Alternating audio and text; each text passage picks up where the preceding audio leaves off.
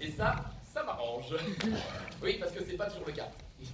Non, parfois, moi, j'interviens dans les endroits qui donnent envie de mettre fin à sa carrière. Et à sa vie. Par la même occasion. Parfois, j'interviens dans des patelins que je savais même pas que ça existait. Devant des gens.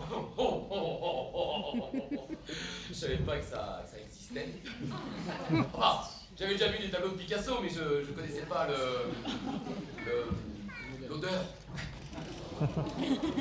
Parfois, j'interviens devant que des personnes âgées. Parfois même très âgées.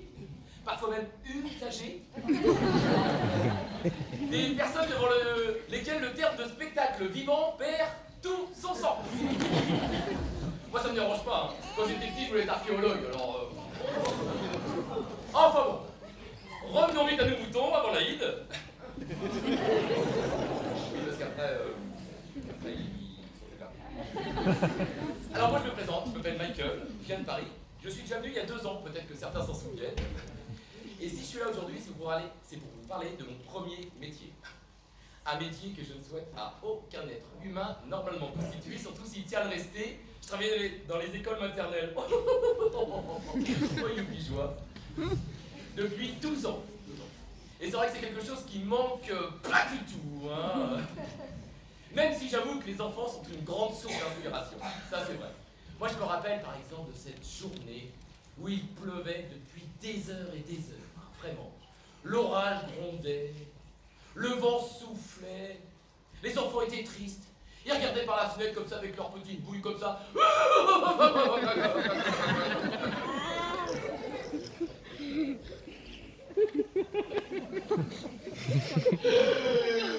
C'est moche. Il fait froid. Mais pourquoi tu nous laisses pas rentrer?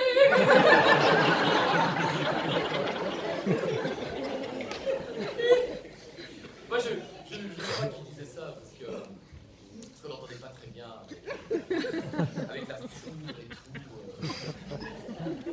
C'est ce jour-là que j'ai démissionné. Enfin, qu'on m'a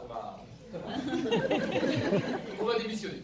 Et moi, j'ai dit tant pis, c'est pas grave. De toute façon, j'aurais pas fait ça toute ma vie. Hein. Comme on dit sur de belles plages françaises, il faut pas se voler la face. Non, j'ai dit tant pis, trouvons un autre métier. Mais quoi? Moi, je voulais un métier où tu travailles que le soir et que ce soit bien payé. Mais je suis allergique au latex. C'est ballot.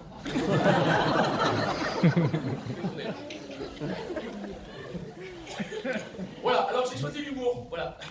J'ai choisi l'humour pour raconter comment j'ai survécu. Bah oui, hein. Comment survivre.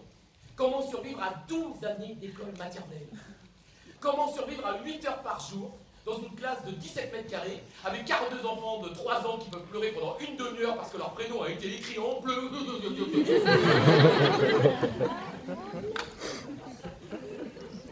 Comment survivre face à un enfant qui chiale sa race? Qui chiale sa race à la cantine parce qu'il veut pas manger les petits pois parce que les petits pois ils sont trop cuits. Oh, ils sont trop cuits les petits pois. Bah c'était parce que c'est des lentilles, connard.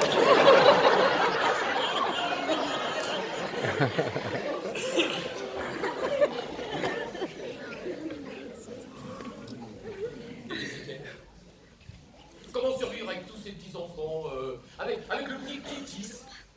Clitis que sa mère a appelé comme ça parce qu'elle adore Clitis Wood. Oui, parce qu'en fait, il y a des parents, quand ils collent ta tête à la leur, ils dans l'océan. On en connaît tout ça. Ou avec cette petite fille de 4 ans qui, comme toutes les petites filles de 4 ans, disait toujours « Je suis une princesse. J'aime les licornes et les paillettes. Quand je serai grande, je me marierai avec un prince libéré. Livré. » Alors moi je lui disais, mais non, mais t'es pas une princesse, Kimberley. Une princesse à 4 ans, ça pèse pas 67 kilos. Moi j'ai vu tous les Walt Disney, j'avais vu un truc pareil. Elle était gracieuse comme une boîte de thon. Oh, l'eczéma, les cheveux gras. On aurait dit notari qui avait chopé la mission de maturité. Alors, en plus, moi je pense que les parents ne devraient pas laisser les enfants en surpoids porter des leggings.